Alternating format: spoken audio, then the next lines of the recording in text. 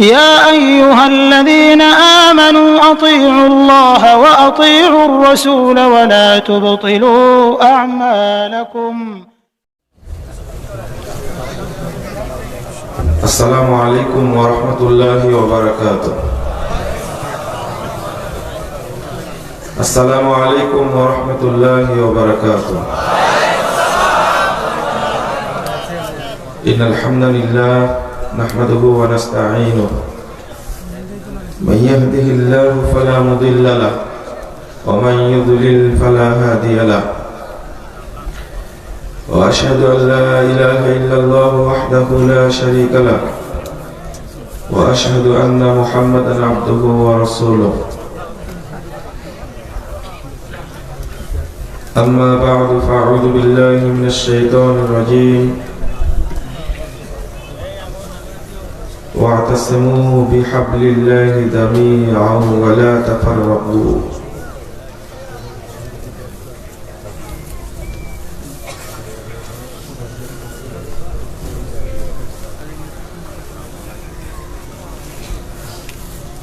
عن أبي أمامة الباهلي رضي الله عنه قال قال رسول الله صلى الله عليه وسلم: إن الله لا يقبل من العمل إلا ما كان له خالصا وابتغي به وجهه.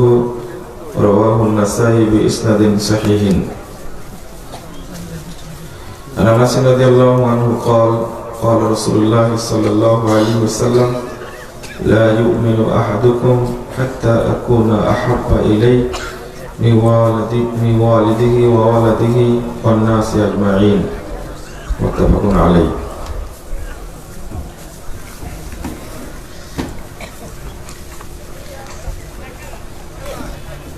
দারুত তাওহীদ সালাফিয়া মাদ্রাসা কর্তৃক আয়োজিত ইসলামী মহাসম্মেলনের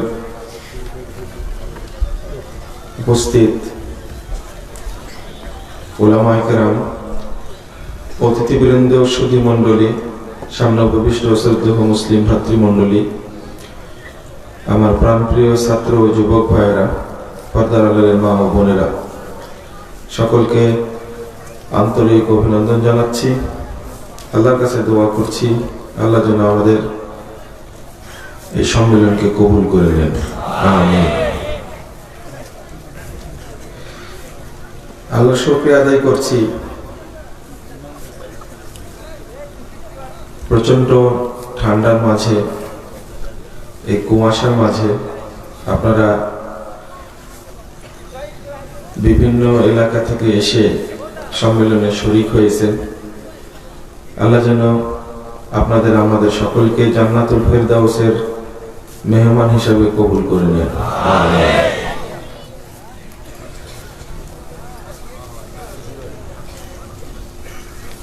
এ ধরনের প্রোগ্রামে হাজির হওয়ার আলাদা ফজিলতি বর্ণিত হয়েছে। 1556 নম্বর হাদিস, তাবরানী আওসাতের মধ্যে একটি বর্ণনা এসেছে। রাসূলুল্লাহ সাল্লাল্লাহু আলাইহি ওয়াসাল্লাম বলছেন, মা জালাসা কওমুন ইয়াযকুরুনাল্লাহ, কিছু মানুষ যখন এক জায়গায় বসে আল্লাহকে স্মরণ করে, আল্লাহর কথা পর্যালোচনা করে, ইল্লা নাদাহুম মুনাদিম মিনাস সামা, তখন আসমান থেকে আল্লাহ ডেকে বলেন, যখন এই মাজলিস শেষ হয়ে যায় আল্লাহ বলেন, কুমু মাগফুরাল লাকুম, তোমরা এখন চলে যাও, তোমাদের সবাইকে ক্ষমা করে দেওয়া হয়েছে। ক্ষমা করার মালিক কে? আর কেউ ক্ষমা করতে পারেন? কোন নবী, ফেরেশতা? ক্ষমা করার অধিকার একজনের কাছে সীমাবদ্ধ, তিনি আল্লাহ। আর এই ঘোষণাটা যিনি করছেন তিনি কে? আল্লাহ। এই ঘোষণাও আল্লাহই করছেন, কুমু মাগফুরাল লাকুম, তোমরা চলে যাও, তোমাদের সবাইকে ক্ষমা করে দেওয়া হয়েছে। পরের বাক্যটি আরো গুরুত্বপূর্ণ। রাসূল সাল্লাল্লাহু আলাইহি ওয়াসাল্লাম বলছেন, পরে আল্লাহ বলেন, ওয়াবাদদালতু সাইয়্যাতিকুম হাসানাত, তোমরা জীবনে যত পাপ করেছিলে সমস্ত পাপকে আমি আল্লাহ নেকিতে পরিবর্তন করে দিয়েছি। আপনি বক্তব্য বুঝেন চাই না বুঝেন, অংশগ্রহণ করেছেন, এই জন্যই আল্লাহ এই ফজিলত নির্ধারণ করেছেন। আলহামদুলিল্লাহ, আমরা ইনশাআল্লাহ এই ফজিলত পাবই। আপনারা যারা দোকানে বা রাস্তাঘাটে ঘোরাফেরা করছেন তাদেরকে অনুরোধ জানাবো, আপনারা প্রোগ্রামে উপস্থিত হন এবং আলোচনা শোনার জন্য প্রস্তুতি নিন। আলোচনাটা দেওয়া হয়েছে আমাকে, আপনারা শুনেছেন, মুসলিম ঐক্যের মানদণ্ড। বিষয়টা নিয়ে আলোচনা করা খুব জটিল, কারণ আলেমদের মাঝে আমাদের মাঝে ঐক্য নাই, তা আলোচনা করবে কি করে, তাই না? যদি ঐক্যবদ্ধ থাকতো তাহলে ঐক্যের গুরুত্বটা বোঝানো যেত। এখন উল্টা বলা উচিত, বিভক্তির পরিণাম কি, তাই না? এখন আলোচনা করার দরকার বিভক্তির পরিণাম, তাহলে ভালো হতো।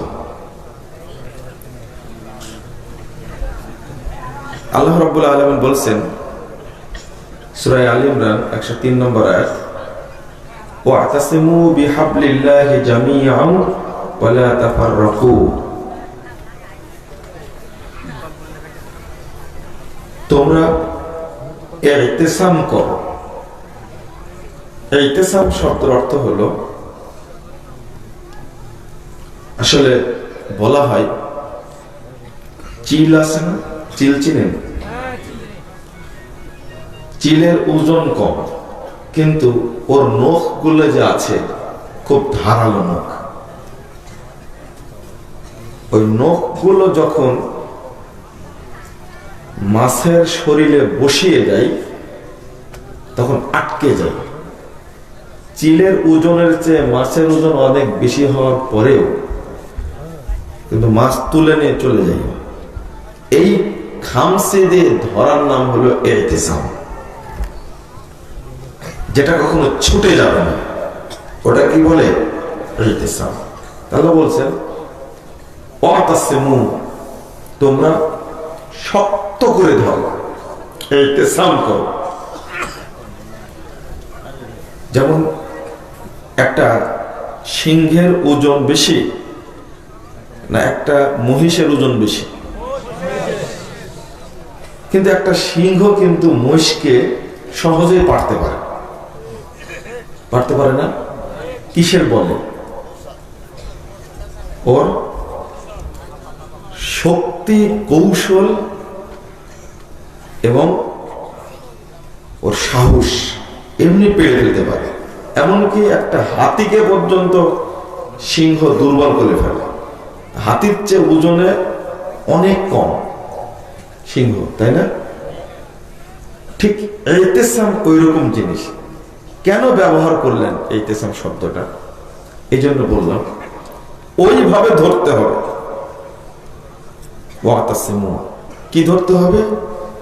বিহাবলিল্লাহি জামিআন ওয়া লা তাফাররাকু।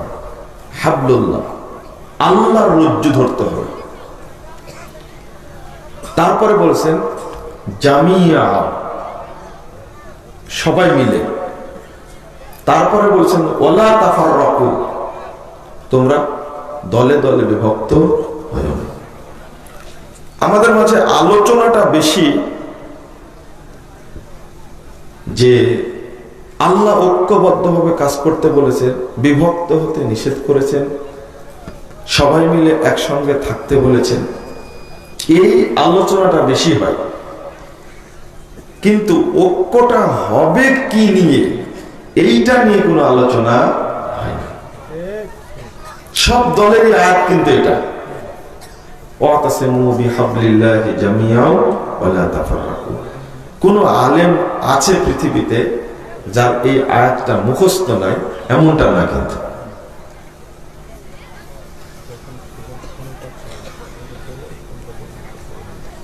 হাবলুল্লাহ শব্দ ব্যবহার করা হয়েছে। যদি হাবলুল্লাহকে আঁকড়ে ধরার মানসিকতা থাকতো তাহলে মুসলিম উম্মাহ দলে দলে বিভক্ত হতো না। যেমন সাহাবা কেরামের যুগে কোন দল ছিল না। আল্লাহ রাসূল সাল্লাল্লাহু আলাইহি সাল্লাম এই 23 বছরের নবীয়ত জীবনে কোন দল হতে দিয়েছিলেন না। একটা কৌশল অবলম্বন করেছিলেন, মুনাফিকদের সাথে চলেছেন কিন্তু আর একটা দল করতে দেননি। ফায়সালা দিয়েছে নিজে, আব্দুল্লাহ বিন উবাইয়ের ছেলে, তার নাম আব্দুল্লাহ। তো বাপকে মারতে চেয়েছেন, রাসূল সাল্লাল্লাহু আলাইহি ওয়াসাল্লামের বিরুদ্ধে কটূক্তি করছে। আমি কসম করে বলছি, সফর থেকে যাওয়ার পরে যেখানে পাবো বাপকে সেখানে মেরে ফেলে দেব। কিন্তু আল্লাহ রাসূল কি করেছেন? নিষেধ করেছিলেন না। আব্দুল্লাহ বিন উবাই যে কাঁচা টাটকা নগদ পাকা মুনাফিক, এতে কোনো সন্দেহ ছিল? আল্লাহ রাসূল জানতেন না? জানতেন। এরপরে মুনাফিকের সাথেই চলেছে, আর একটা আখড়া দল করতে দেননি। এই কৌশলটাও আমাদের মধ্যে নাই।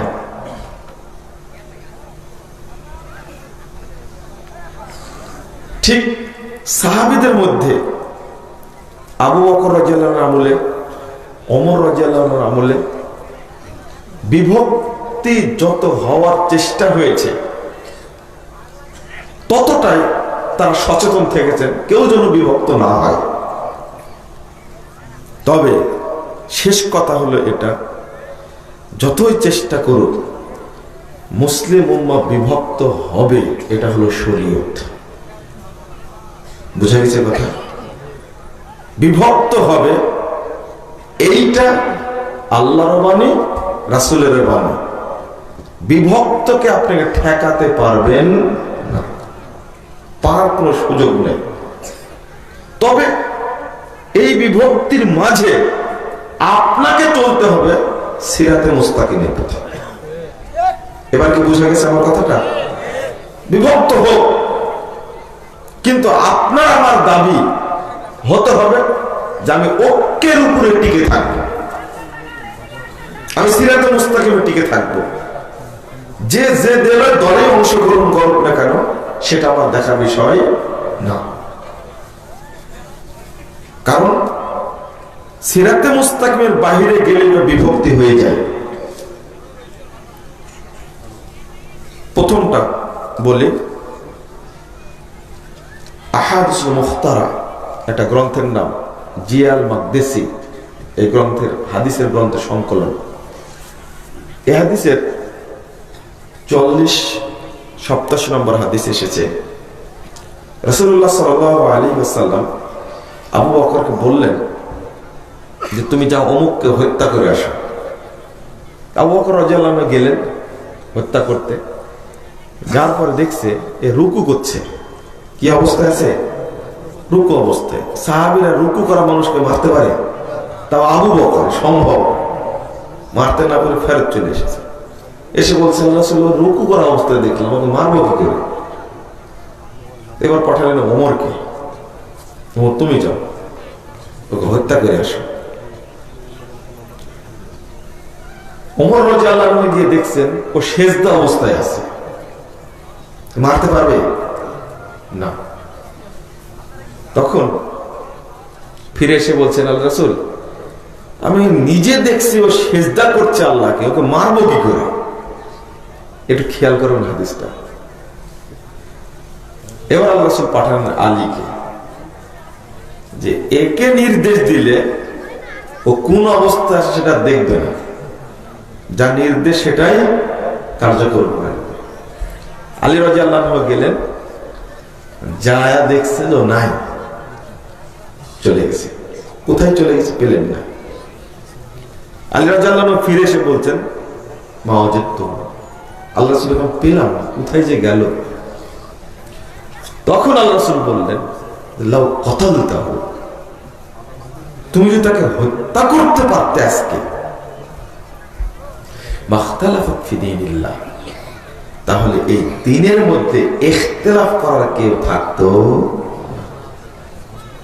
যেহেতু হত্যা করতে পারেনি, ইখতিলাফ কিয়ামত পর্যন্ত থেকেই কথা বোঝা গেছে। এইটা ছিল খারেজিদের নেতা। আল্লাহ চাচ্ছিলেন ওকে হত্যা করে ফেললে আর কেউ বিভক্তি সৃষ্টি করতে পারবে না, কিন্তু চাননি কে? আল্লাহ চাননি। এইটা হলো মুসলিম উম্মার জন্য পরীক্ষা। বুঝাতে পেরেছি কি? এটা আমাদের জন্য পরীক্ষা, কঠিন জিনিস। আর একটা দিক খেয়াল করেন,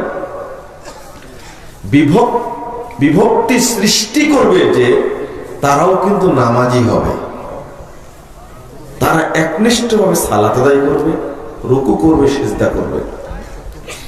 শুধু তাই না,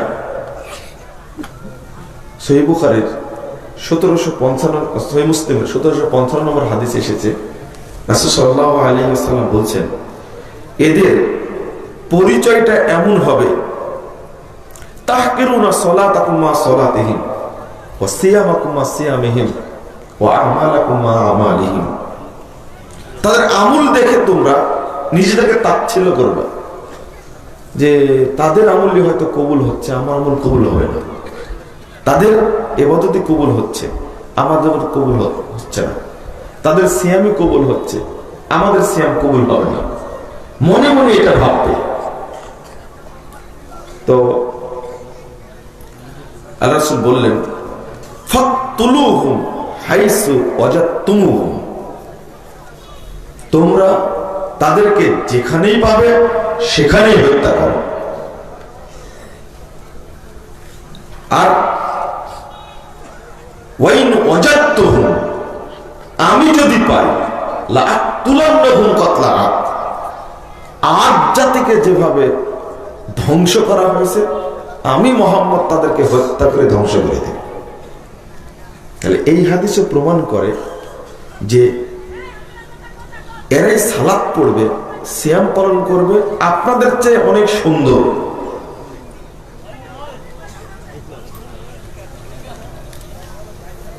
এই কাফেলাটাই হলো, এই দলটাই হলো যাদেরকে ইসলামে খারেজি বলা হয়।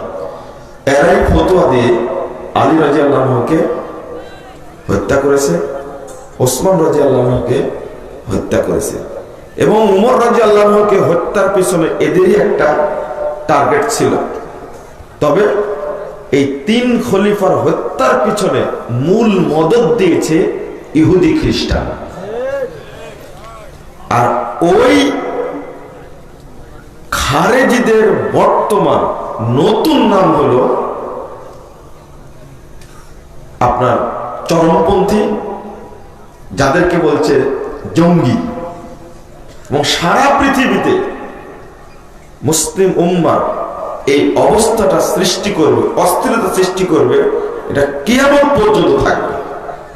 যেহেতু আল্লাহ রাসূল নির্মূল করতে পারলেন না, এটা থেকে যাবে। আজ যেমন আছে, কিয়ামত পর্যন্ত এটা থাকবে। বিভক্তির গোড়াটা আপনাদেরকে বললাম, এখান থেকে শুরু হয়েছে বিভক্তি। তারপরে হয়ে গেল, চিহ্নিত হয়ে গেল, খারেজি হয়ে গেল এক ভাগ, শিয়া হয়ে গেল এক ভাগ, তারপরে মুরজিয়া হয়ে গেল এক ভাগ, কাদারিয়া হয়ে গেল এক ভাগ। এই চারটা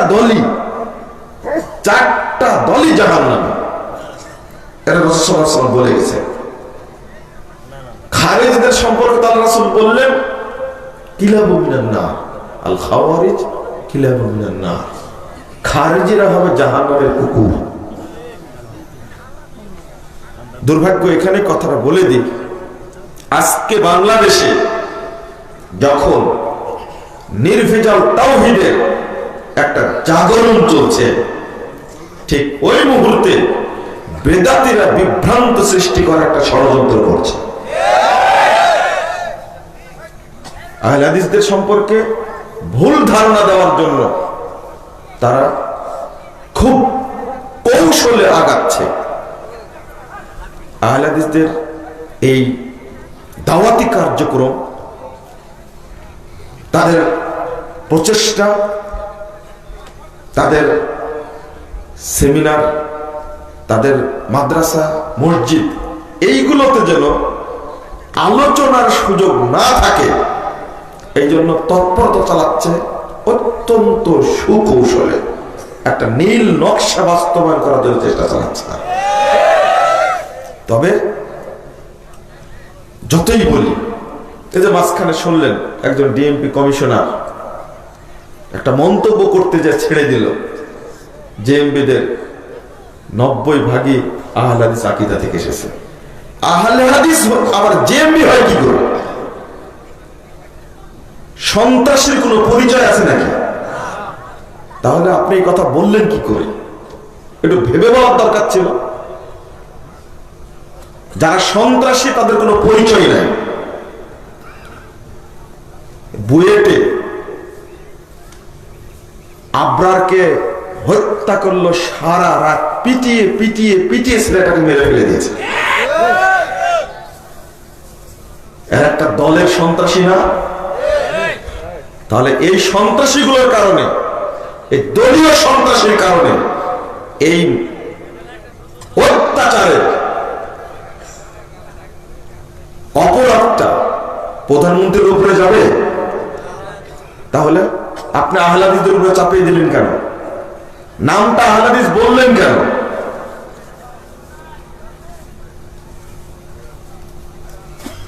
ছাব্বিশ জনকে আজীবন বহিষ্কার করেছে সেখান থেকে। এগুলো সব হলো দলীয় সন্ত্রাসী। পিলখানায় 156 জন অফিসারকে হত্যা করেছে। জেএমবিরা ক্ষতি করেছে অনেক, এটা ঠিক, কিন্তু পিলখানার ঘটনার মতো ক্ষতি করতে পারেনি এখন। ওরা কোথায় পড়াশোনা করেছে? যখন প্রধানমন্ত্রী বলছেন যে মাদ্রাসায় পড়ুয়া ছেলেরা জেএমবির সাথে জড়িত না, স্বরাষ্ট্রমন্ত্রী বলছেন মাদ্রাসা পড়ুয়া ছেলেরা জেএমবির সাথে জড়িত না, বরং এখন জেনারেল শিক্ষিত ছেলেরা জেএমবির সাথে জড়িয়ে পড়ছে। আর আপনি একটা মন্তব্য ছেড়ে দিলেন। কথা বলার জন্য একটু হিসাব নিকাশ করে মিডিয়ার সামনে বলতে হয়। হাজার হাজার প্রতিষ্ঠান বাংলাদেশে আছে, হাজার হাজার মসজিদ আছে, হাজার হাজার জনবল আছে। আপনি চোখে না দেখে, তদন্ত না করে এটা বলার অধিকার আপনার ছিল না। কারণ এটাও ইতিহাস জানা উচিত, এদেশে যখন জঙ্গিবাদের এই বিভ্রান্তকর অবস্থা সৃষ্টি হয় তখন আহলে হাদিসরাই এদের বিরুদ্ধে প্রথম কলম ধরেছে, প্রথম কথা বলেছে। তখন আপনারাও চিনতেন না কারা জেএমবি কি। এই শায়েখ রহমান বাংলা ভাইকে সরকারের তৎপরতায়, সরকারি মদদে মাঠে নামানো হয়েছিল না? তারা একটা রাজনৈতিক দল, তাদের তৎপরতায় চলেছে। এটা জানার পরে, না হলে উপেন মিছিল করে বেড়াইছে, উপেন মানুষকে টাঙ্গিয়ে হত্যা করেছে। এরকম একটা যুগ গেছে না এক সময়? পুলিশের তৎপরতায়, পুলিশের সহযোগিতায়। কিন্তু পরবর্তী যখন বুঝলো তখন তাদেরকে চেপে ধরলো, টুটি চেপে ধরলো। কিন্তু তার আগ পর্যন্ত আমরা বলেছি যে ইসলামের মধ্যে এই বিশৃঙ্খলা সৃষ্টি, এই দেশটাকে চরমপন্থী দেশ, ইরাক, আফগান, সিরিয়া, লিবিয়ার মতো এই দেশটাকে পাশ্চাত্য শক্তি গ্রাস করার জন্য জেএমবি নামে একটা গুটি চালিয়ে এটা ষড়যন্ত্র পাকিয়েছে। এই কথা আমরা আগেই বলেছি। যারা উসমানকে, আলীকে, ওমর রাদিয়াল্লাহু আনহু তাদেরকে হত্যা করেছে, ওই দর্শন নিয়ে তারা মাঠে চলে, তারা কি আহলে হাদিস আকীদার হতে পারে? হ্যাঁ, যদি কুসন্তান আহলে হাদিস করে জন্মগ্রহণ করার পরে যদি সন্ত্রাসী হয়, সেজন্য আহলে হাদিসরা দোষী? যদি কুসন্তান আহলে হাদিস হয়ে ও ডাইভার্ট হয়ে চলে যায় জেএমবির খাতায়, আমরাও বলি তাদেরকে ধরে শাস্তি দিন, কিন্তু আহলে হাদিসদের উপরে আপনি দোষারোপ করবেন কেন, নামটা বলবেন কেন আপনি? বন্ধুরা আমার, বিভক্তি সেখান থেকে শুরু হয়েছিল, ওই বিভক্তি আজও চলছে। তবে আল্লাহ রাব্বুল আলামিন একটা শর্ত করেছেন, সে শর্তটা হলো যদি হাবলুল্লাহকে আঁকড়ে ধরে, অর্থাৎ হাবলুল্লাহ আল্লাহর রজ্জু, অর্থাৎ পবিত্র কোরআন এবং সহিহ হাদিসকে যদি কেউ আঁকড়ে ধরে, তাহলে ওই বিভক্তির মধ্যে পড়বে না। কিন্তু অধিকাংশ মানুষই হাবলুল্লাহকে না ধরে হাবলুল নাসকে ধরেছে, মানব রচিত বিধানকে ধরেছে। এই জন্যই মতনৈক্যটা বেশি হয়েছে। মতনৈক্যের পিছনে যদিও আমরা বক্তব্যে বলি, সবচেয়ে বেশি ভূমিকা আছে সমাজে প্রচলিত জয়ীব এবং জাল হাদিসের। তো ওইগুলো যদি বাদ দেই, একটা জাল হাদিস, এটা কি হাবলুল্লাহ? মানে আল্লাহর রজ্জু, আল্লাহর বিধান কি সেটা? জাল হাদিস কি আল্লাহর বিধান? না। ওটা যদি বাদ দিই তাহলে তো বিভক্তি থাকে না। একটা জয়ীব হাদিসের কারণে বিভক্তি, তো ওটা থাকে না। তো যদি জয়ীব হাদিসটা বাদ দিই, সকলেই একই প্ল্যাটফর্মে। হ্যাঁ, আমুলের ক্ষেত্রে একটু ছাড় দেওয়া যায়। কেউ বুকে হাত বাঁধছে, কেউ নাভের নিচে হাত বাঁধছে। যদিও এই ছোটখাটো আমুলের বিভক্তির কারণে মুসলিম উম্মাহ বাংলাদেশে বিভক্ত। যদি ইসলামী দলগুলো জানতো এবং মূল কারণটা অনুসন্ধান করত, যে কোন কারণে বিভক্ত, জাতি বিভক্ত কোন কারণে, এই কারণটা অনুসন্ধান করে যদি সেখানে ঔষধ দিত, তাহলে বিভক্তি দূর হতে বেশি সময় লাগত। কেন? একটু যদি ইঙ্গিত দেই, যেমন এদেশের একটা বড় বিভক্তির কারণ হলো আকীদাগত বিভক্তি। এখানে তো কোনো ছাড় নাই। আমলের ক্ষেত্রে ছাড় দিলেও আকীদার ক্ষেত্রে ছাড় হবে না। সারা দেশের অধিকাংশ মানুষই বিশ্বাস করে আল্লাহ রাব্বুল আলামিন নিরাকার। বিশ্বাস করে না এটা? নবী মুহাম্মদ সাল্লাল্লাহু আলাইহি ওয়াসাল্লাম নূরের তৈরি, বিশ্বাস করে না? এই আকীদা কি সঠিক? না। তাহলে প্রথমেই তো বিভক্ত করে ফেলেছি। আল্লাহর নবী নূরের তৈরি, আমার নবী এক শ্রেণীর মানুষ বলছে নবী নূরের তৈরি, কিন্তু কোরআন এবং সহিহ হাদিস অনুযায়ী বোঝা যায় নবী মুহাম্মদ সাল্লাল্লাহু আলাইহি ওয়াসাল্লাম মাটির তৈরি। এই সমাধানটা আগে করতে পারিনি। নূরের তৈরি এর পিছনে আছে জাল হাদিস। আউয়ালু মা খালাকাল্লাহু নূরি, আল্লাহ সর্বপ্রথম সৃষ্টি করেছেন আমার নূরকে। আগে মনে করতাম যেটা হাদিস, এবং খুঁজতে যায় দেখছি কোনো হাদিসই না, এটা এমনি একটা মন্তব্য, কোন দলিলে বর্ণিত হয়নি এটা। তারপরে আর একটা লম্বা হাদিস বর্ণনা করেছে আল্লাহর নূরে নবীর সৃষ্টি, আর নবীর নূরে সারা জাহানের সৃষ্টি। এই আকীদা পোষণ করলে তার ঈমান থাকবে। কারণ আল্লাহর নূরে নবীর সৃষ্টি এই কথা বললে নবী মুহাম্মদ সাল্লাল্লাহু আলাইহি ওয়াসাল্লাম আল্লাহর অংশ হয়ে গেল। কেউ খেয়াল করেনি বিষয়টা। তো যদি আমি জাল হাদিসগুলোকে বাদ দিতে পারতাম, তাহলে তো আর বিভক্তি থাকতো না। সবাই বিশ্বাস করতো নবী মুহাম্মদ সাল্লাল্লাহু আলাইহি ওয়াসাল্লাম মাটির তৈরি। আর একটা আল্লাহ রাব্বুল আলামিন বলেন আর রহমান আলাল আরশি ইস্তাওয়া, রহমান আল্লাহ আরশের উপরে সমুন্নত। এবার কি করেছে? খুব চমৎকার একটা কথা বলে দিয়েছে, যে যেহেতু আল্লাহ আরশে সমুন্নত, একটা জাল হাদিস তৈরি করেছে। এই ফকিরদের হাদিস এটা, কুলুবুল মুমিনি আরশুল্লাহ, মুমিনদের হৃদয় হলো আল্লাহর আরশ। তাহলে সকল মুমিনের হৃদয়ে কি আর কে আছে? আল্লাহ আছে। আরেকটা জাল হাদিস, আল কলবু বাইতু রব্বে, অন্তর হলো রবের ঘর। অন্তর হলো রবের ঘর, মানে যত অন্তর আছে সবগুলোর মধ্যে কি আছে? আল্লাহ আছে। এখান থেকে ধারণা তৈরি হয়েছে ওয়াহদাতুল উজুদ, অর্থাৎ সবকিছুর মধ্যে আল্লাহর উপস্থিতি। নাউজুবিল্লাহ।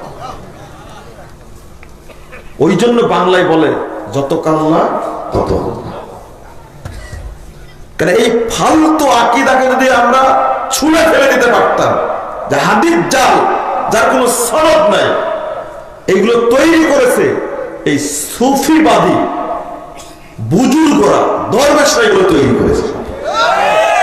এগুলো হাদিস না, এগুলো তৈরি করে সুফিবাদী দরবেশগুলি, যারা মাজার পূজা করে খায়, পেট পূজারি, মুরিদদের নজর নামাজ খায়, তারা এগুলো তৈরি করেছে।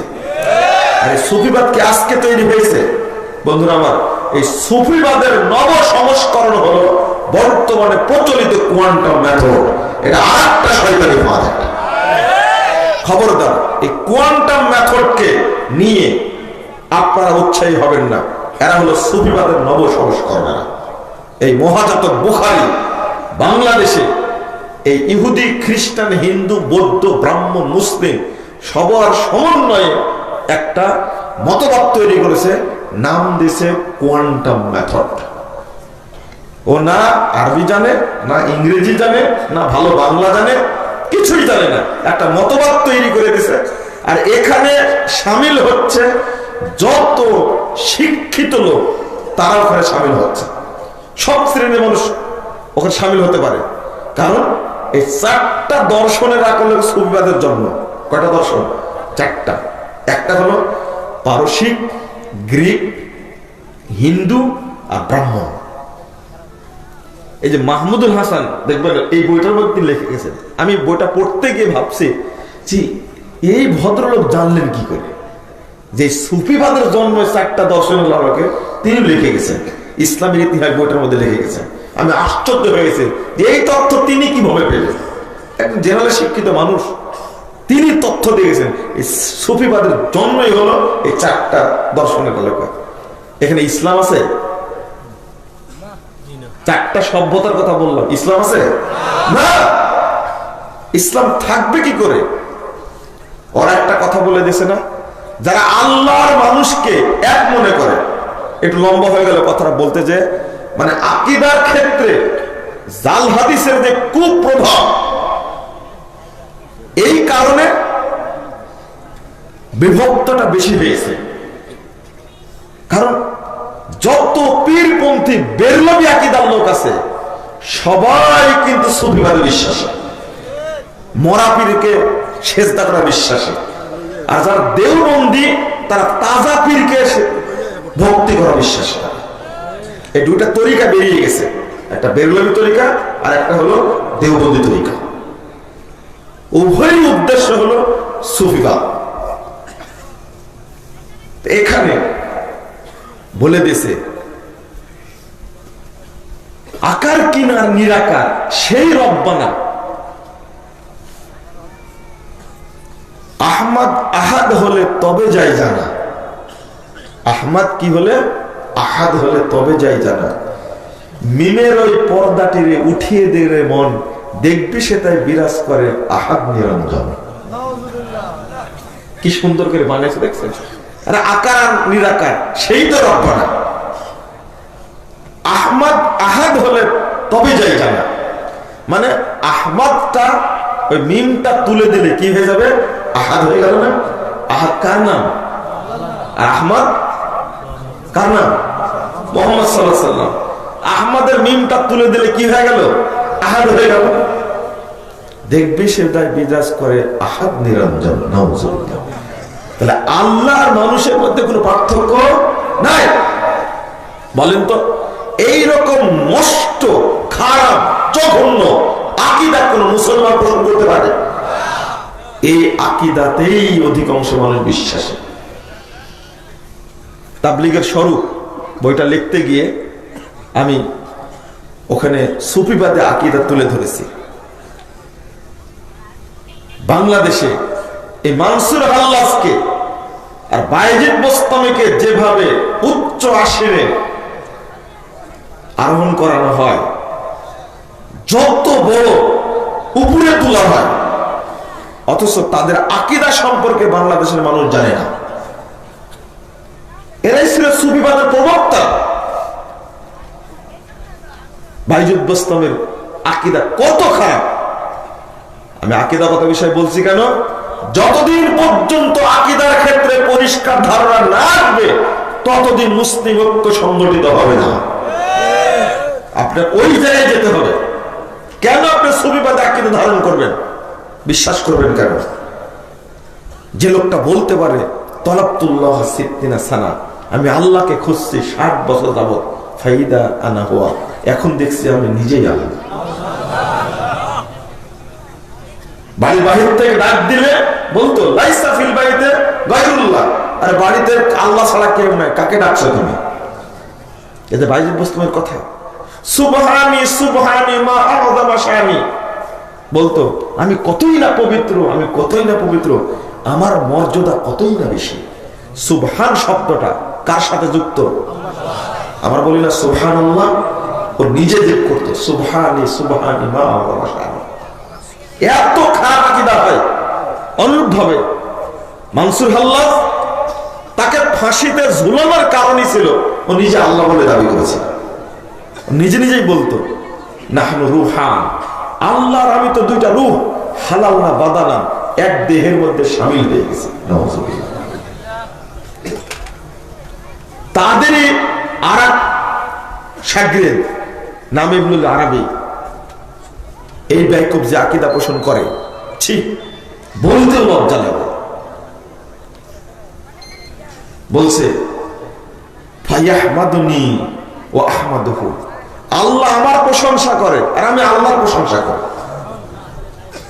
ওয়া ইয়াবুদুনি ওয়া আবুদুহু, আল্লাহ আমার ইবাদত করে আর আমি আল্লাহর ইবাদত করি। নাউযুবিল্লাহ পড়ছেন কেন আপনারা?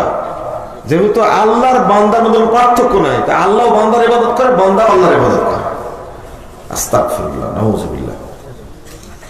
তারপরে বলছে ইন্নামার রিজাল ইদা ইউজাজিউ জাওজাতাহু ইন্নামা ইজাজুল হাক্কা। আমি আগে আস্তাগফিরুল্লাহ পড়ে নিচ্ছি, মাফ করবেন। বলছে কোন ব্যক্তি যখন তার স্ত্রীর সাথে আলিঙ্গন করে তখন সে যেন তার রবের সাথে আলিঙ্গন করে। নাবলুসি এই বেকুব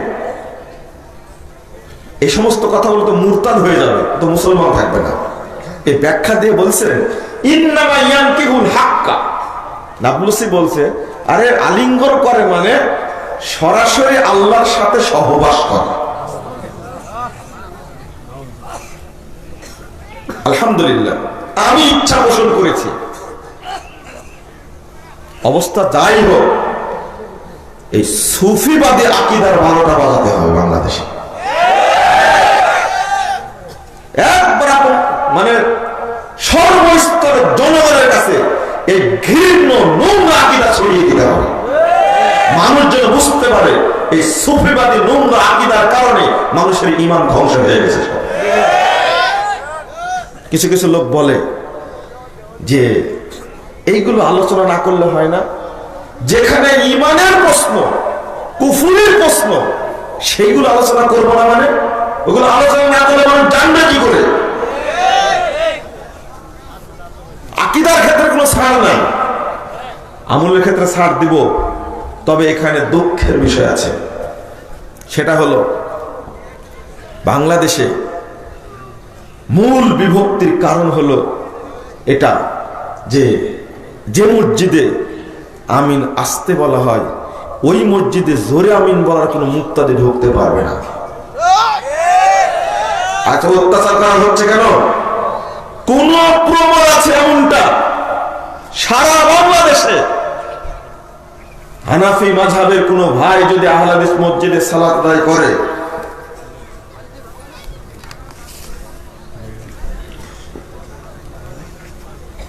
হানাফি মসজিদে হানাফি কোনো ভাই যদি আহলে হাদিস মসজিদে সালাত আদায় করে, নাভির নিচে হাত বেঁধে রফুল আদান না করে তাকে মসজিদ থেকে বের করে দেওয়া হয়েছে, এরকম কোন প্রমাণ আহলে হাদিস কোন মসজিদে ঘটেছে? এত চরমপন্থী হলেন কেন? আমরা তো সত্য কথা বলিনি। যদি সত্য কথা বলতাম তাহলে এই সমস্ত ঘটনা আহলে হাদিস মসজিদে ঘটতো। এখন পর্যন্ত ঘটেনি, কিয়ামত পর্যন্ত ঘটবে না ইনশাআল্লাহ। কিন্তু অসংখ্য মসজিদে প্রমাণ আছে। এই যে জয়ীফ হাদিসের ক্ষেত্রে, জাল হাদিসের ক্ষেত্রে, আমলের ক্ষেত্রে যেটা বলছি, এটা কেন মসজিদে লেখা আছে? এই মসজিদে জোরে আমিন বলা নিষেধ, রফুল আদান করা নিষেধ, বুকে হাত বাঁধা নিষেধ। লেখা আছে কেন মসজিদে? লেখা আছে লা মাযহাবীদের মসজিদে ঢোকা নিষেধ। লেখা আছে কেন এগুলো? এই সীমাবদ্ধতা তৈরি করলেন কেন?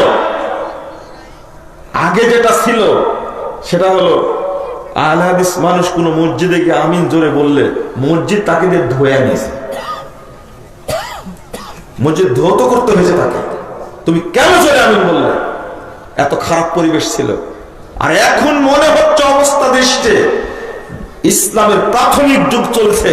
রাসূল সাল্লাল্লাহু আলাইহি ওয়াসাল্লামের যুগে সাহাবীদের উপরে যেভাবে অত্যাচার করা হতো, সারা বাংলাদেশে যুবকদের উপরে সেই অত্যাচারটা করা হচ্ছে। এখন সব জেলা থেকে রেপো, তারা ইউটিউবে বক্তব্য শুনছে, বইপত্র কিনছে। এখন বিশ্বটা মিডিয়ার কাছে সব এক জায়গায় হয়ে গেছে, সবার কাছে দাওয়াত পৌঁছে যাচ্ছে।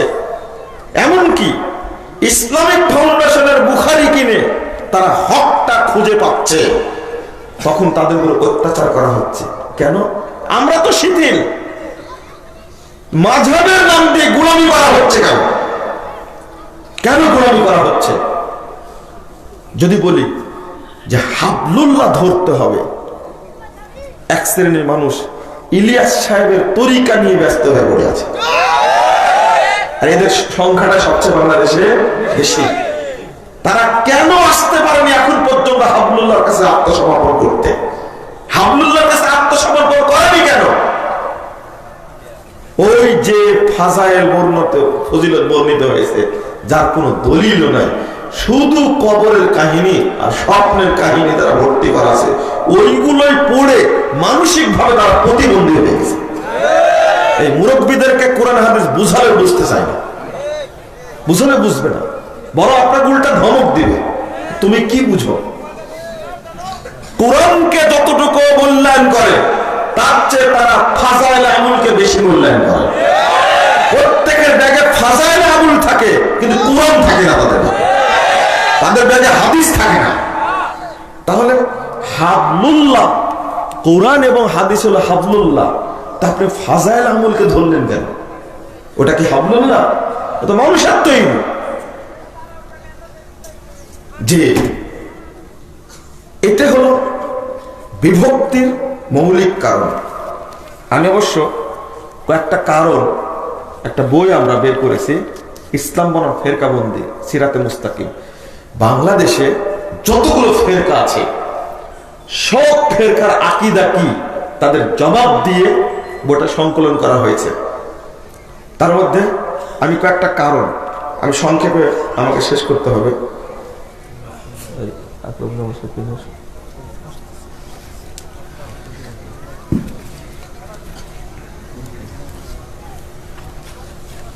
কারণ, এক নম্বর কারণ হলো গোলামি এবং বিদ্বেষ।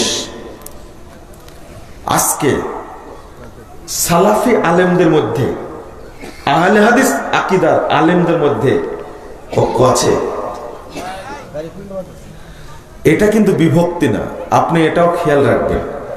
আকীদাগত বিভক্তি না হওয়া পর্যন্ত সেটাকে বিভক্তি বলা যায় না, আর এটাকে ফেরকাও বলা যাবে না।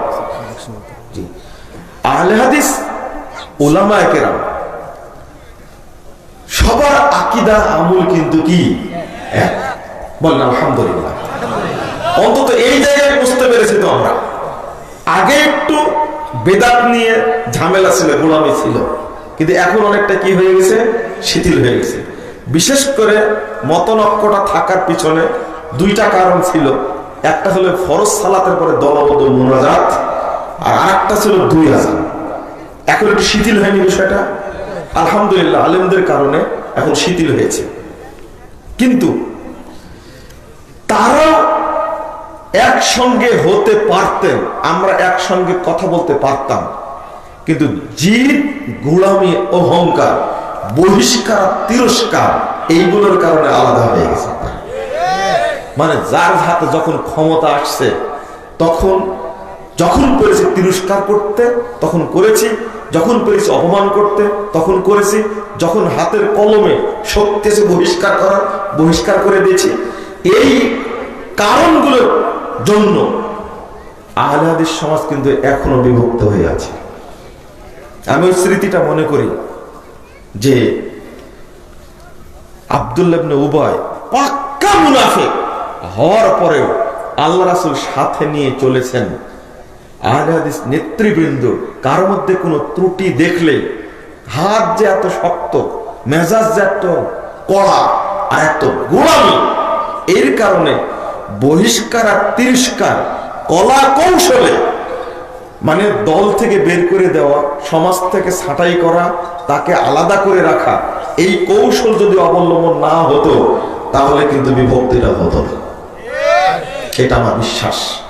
হ্যাঁ, আল্লাহ বলে দিয়েছেন 14 নম্বর আয়াত সূরা সূরা, আল্লাহ বলেছেন ওমা তাফাররাকু ইল্লা মিন বাদি মা জাআহুমুল ইলমু বাগিয়াম বাইনাহুম। তাদের বিভক্তির মূল কারণ হলো ইলম এসেছে, বিভক্ত হয়েছে, বাগিয়াম বাইনাহুম, তাদের মধ্যে স্বেচ্ছাচারিতা, আমিত্ব, অহংকার, জিদের কারণে তারা কি হয়ে গেছে? দলে দলে বিভক্ত হয়েছে। এই কথা কি আমার না আল্লাহ? আল্লাহ। অনেকগুলো আয়াত আছে। আপনি গোলামি করে যদি চলেন, বিভক্তিটা কিন্তু দোষ আল্লাহর না, দোষ মানুষের। সূরা হুদ 118-19 নম্বর আয়াত আল্লাহ বলছেন ওয়ালাউ শা রাব্বুক লাজাআলান নাসা উম্মাতান ওয়াহিদা। আল্লাহ যদি চাইতেন তাহলে এক উম্মত ভক্ত করতেন সবাইকে, কিন্তু ওয়ালা ইয়াযালুনা মুখতালিফিন, কিন্তু মানুষরা দলে দলে বিভক্ত হতেই থাকলো, দলে দলে বিভক্ত হতেই থাকলো। আল্লাহ নিজে বলছেন ইল্লা মান রাহিমা রাব্বুক, তবে তারা দলে দলে বিভক্ত হবে না যার প্রতি আল্লাহর রহমত রয়েছে। আপনি যদি কোন দলীয় বিভক্তির সাথে জড়িত হন তা নিশ্চিত মনে করবেন যে আপনার প্রতি আল্লাহর রহমত নেই। বুঝেননি কথা আমার? আপনি থাকবেন সিরাতে মুস্তাকিমের উপরে, মানহাজের উপরে, অর্থাৎ মান আলাইহি ওয়া আসহাবি। এর সমাধানটা হলো আল্লাহ, রাসূল এবং সাহাবায়ে কেরাম যে আমল এবং আকীদার উপরে ছিলেন, ওই আমল এবং আকীদা ফলো করলেই আপনি সিরাতে মুস্তাকিমের অন্তর্ভুক্ত, আপনি জান্নাতীদের অন্তর্ভুক্ত। আল্লাহ রাসূল সেটা বলে গেছেন। তিরমিজির হাদিস 93 পৃষ্ঠা 2য় খণ্ডের তিরমিজির মধ্যে এসেছে, অর্থাৎ মান আলাইহি ওয়া আসহাবি। যখনই দেখবেন এই আমলটা সাহাবীদের, রাসূল সাল্লাল্লাহু আলাইহি সাল্লামের, এই আকীদাটা আল্লাহ রাসূল এবং সাহাবীদের, তখনই বুঝবেন যে আলহামদুলিল্লাহ আমি সিরাতে মুস্তাকিমের উপরে আছি এবং আমি জান্নাতি দলের অন্তর্ভুক্ত আছি। অন্য কোনো কিছু দেখার দরকার নাই। শুধু দেখবেন আমজনতা কি করবে। আমি ঠেলাঠেলি করছি একদিক, আরেকজন ঠেলাঠেলি করছে আরেক দিক, এখন সাধারণ মানুষ কি করবে? আল্লাহ ওইটাই বলে দিচ্ছেন ইল্লা মা রাহিমা রাব্বুক।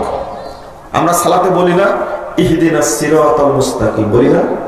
আলহামদুলিল্লাহ, সেটা বলবো, সিরাতাল মুস্তাকিম পাবো।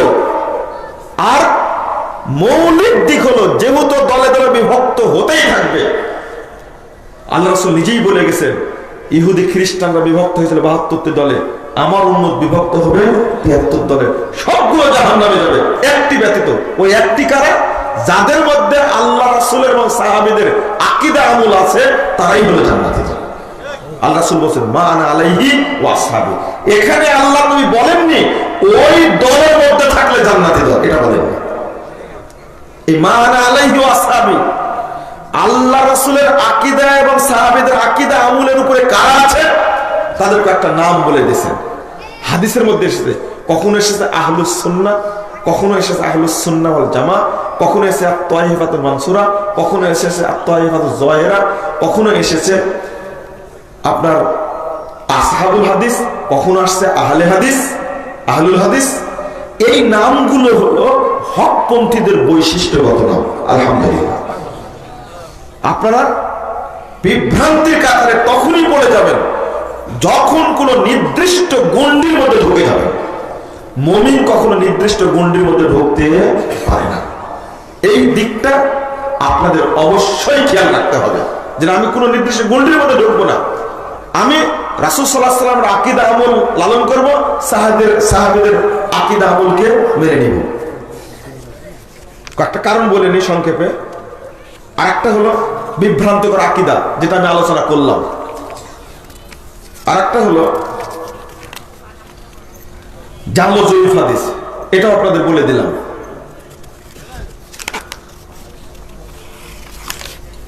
আরেকটা হলো ফিকহি মাসালা ও উসুলগত মত পার্থক্য। কেন ঐক্যবদ্ধ হতে পারছি না? মানে আল্লাহর রজ্জু থেকে পৃথক হওয়ার কারণে আমরা ঢুকে গেছি এই সমস্ত পথে। শয়তান ফাঁক পেয়েছে, এগুলো ঢুকায় দিয়েছে। আমরা আলহামদুলিল্লাহ একটা কারণ কিভাবে আবার এক প্ল্যাটফর্মে জমা হওয়া যায় কয়েকটা কারণ উল্লেখ করেছি। নিঃস্বার্থ দ্বিধাহীন চিত্তে কোরআন সুন্নাহর কাছে আত্মসমর্পণ 1 নম্বর। সাহাবীদের মধ্যে ছিল না দলাদলি, তার কারণ ছিল তারা কোরআন এবং সুন্নাহ থেকে কখনো বিচ্যুত হয়নি, কখনোই না। তবে মাসালাগত কিছু ইখতিলাফ ছিল, কিন্তু দলীয় গোলামি ছিল না। একটা হলো ইখতিলাফ আর একটা হলো ইফতিরাক। ইখতিলাফ মানে মতৈক্য আর ইফতিরাক মানে দলাদলি। ইখতিলাফ হতে পারে, আমার সাথে আরেকজন আলেমের ইখতিলাফ হতে পারে না? শেখ বিন বাজের সাথে শেখ আলবানী রাহিমাহুল্লাহ কি ইখতিলাফ হয়নি? কিন্তু তারা কি কোনো দলের মধ্যে বিভক্ত হয়ে গেছিলেন? না। আমাদের মধ্যে প্রবণতা হলো এটা যে আমাকে একটা দল করতে হবে, আমাকে একটা মাযহাব তৈরি করতে হবে, তাহলে আমাকে দলীয় প্রধান হতে হবে, দলীয় নেতা হতে হবে। এই প্রবণতাটা বেশি হওয়ার কারণে ইখতিলাফটা বেশি বাড়ছে। কেন? ইখতিলাফ হতে পারে, তাই বলে কি আরেকটা দল করতে হবে? না, দল করার সুযোগ ইসলামে নাই, কোনো সুযোগই নাই। আমি আগেই বলে দিয়েছি, কিন্তু বর্তমান যে বিভক্তিটা চলছে, যদি কোরআন সুন্নাহর সামনে আত্মসমর্পণ করতাম তাহলে ভালো হতো। আরেকটা হলো দ্বীনি ভ্রাতৃত্ব প্রদর্শন করা। যদি পরস্পরের মধ্যে অলা এবং বাড়ার সম্পর্কটা থাকতো তাহলে আমরা বিভক্ত হতাম না। এক আহলে হাদিস ভাই আর এক আহলে হাদিস ভাইয়ের সাথে কেন সাধারণ বিষয় নিয়ে এত দূরত্ব থাকবে? কেন? আকীদা এক, আমল এক, অথচ বিভক্ত হয়ে গেছে কেন? আমি রফুল আদমকে সালাত আদায় করি, আপনি রফুল আদমকে সালাত আদায় করেন, আপনি বিশ্বাস করেন আল্লাহ আরশের সমুন্নত, আমিও বিশ্বাস করি আল্লাহ আরশের সমুন্নত। তাহলে দুনিয়াবি কারণে, গোলামির কারণে যদি ইখতিলাফ হয়ে যায় তাহলে কি আমরা বাঁচতে পারবো না? আমরা পরামর্শ দিই, আপনাদেরকে অনুরোধ করছি, পৃথিবীর যেখানেই থাকুক না কেন অল্প সংখ্যক মানুষ কোরআন এবং সহিহ হাদিস অনুসারী, আপনারা কেউ পরস্পরের প্রতি বিদ্বেষ রাখবেন না, বলুন ইনশাআল্লাহ। কোন আলেমকে ফেরেশতা বলবেন না, আবার কোন আলেমকে শয়তান বলবেন না, যেটা এই আচরণটা আছে। কিন্তু তুচ্ছ তাচ্ছিল্য, এই তুচ্ছ তাচ্ছিল্যের মূল কারণ হলো অহংকার। গমতুন নাস ওয়া তারুল হক, আল্লাহ নবী সংজ্ঞা দিয়েছেন অহংকারে। হককে দ্বন্দ্বভাবে প্রত্যাখ্যান করে আর মানুষকে তুচ্ছ করে। ও কি জানে? আক্তারুজ্জামান কি জানে? শহীদুল্লাহ খান মাদানী কি জানে? মুজাফফর কি জানে? তুমি সব জানো। এইরকম গোলামি কেন? এক এক ফুলের এক এক সুগন্ধি, তাই না? এক একজনের কাছে এক এক এলেম আছে। হয়তোবা যে গোলামি অহংকারটা করছে তার কাছে কোনো এলেমই নেই, কারণ যার মধ্যে এলেম আছে সে তো নমনীয় হবে। খালি কলস বাজে বেশি, বলে না এটা? আপনি এই সমস্ত মন্তব্য করবেন কেন আলেমদের সম্পর্কে? অমুক কি জানে, অমুক কি জানে, কে জানে? সব জানেন আপনি কেন? কারো দেখবেন উসুলে হাদিসের প্রতি খুব আলহামদুলিল্লাহ জ্ঞান বেশি, কারো ইলমে হাদিসের প্রতি অনেক জ্ঞান। এক একজনের এক এক প্রতিভা, সমন্বয়ে আমরা চলতে পারবো না। একটু ভুল হয়ে গেলে আপনি বলে দিবেন ও কি জানে, ওর সাথে কোনো সম্পর্ক নাই। এই ভাষা কিন্তু আপনারা প্রয়োগ করবেন না। বললাম কাউকে আপনি ফেরেশতার আসনে বসা দিবেন, ভক্তি করতে করতে করতে আল্লাহর আসনে বসা দিয়েছেন আপনারা। কেন? ওই সমস্ত আলেম মারা গেলে মনে হবে যে কবর পূজা করবে। তার যদি ভুল হয় বুঝতেও পারেন, ভুলটা স্বীকার করবেন, আপনি স্বীকার করবেন না, না ওইটাই ঠিক আছে, এটাও ঠিক না, এটাও ভুল। আমি একটা, আল্লাহ আমাদের হেফাজত করুক।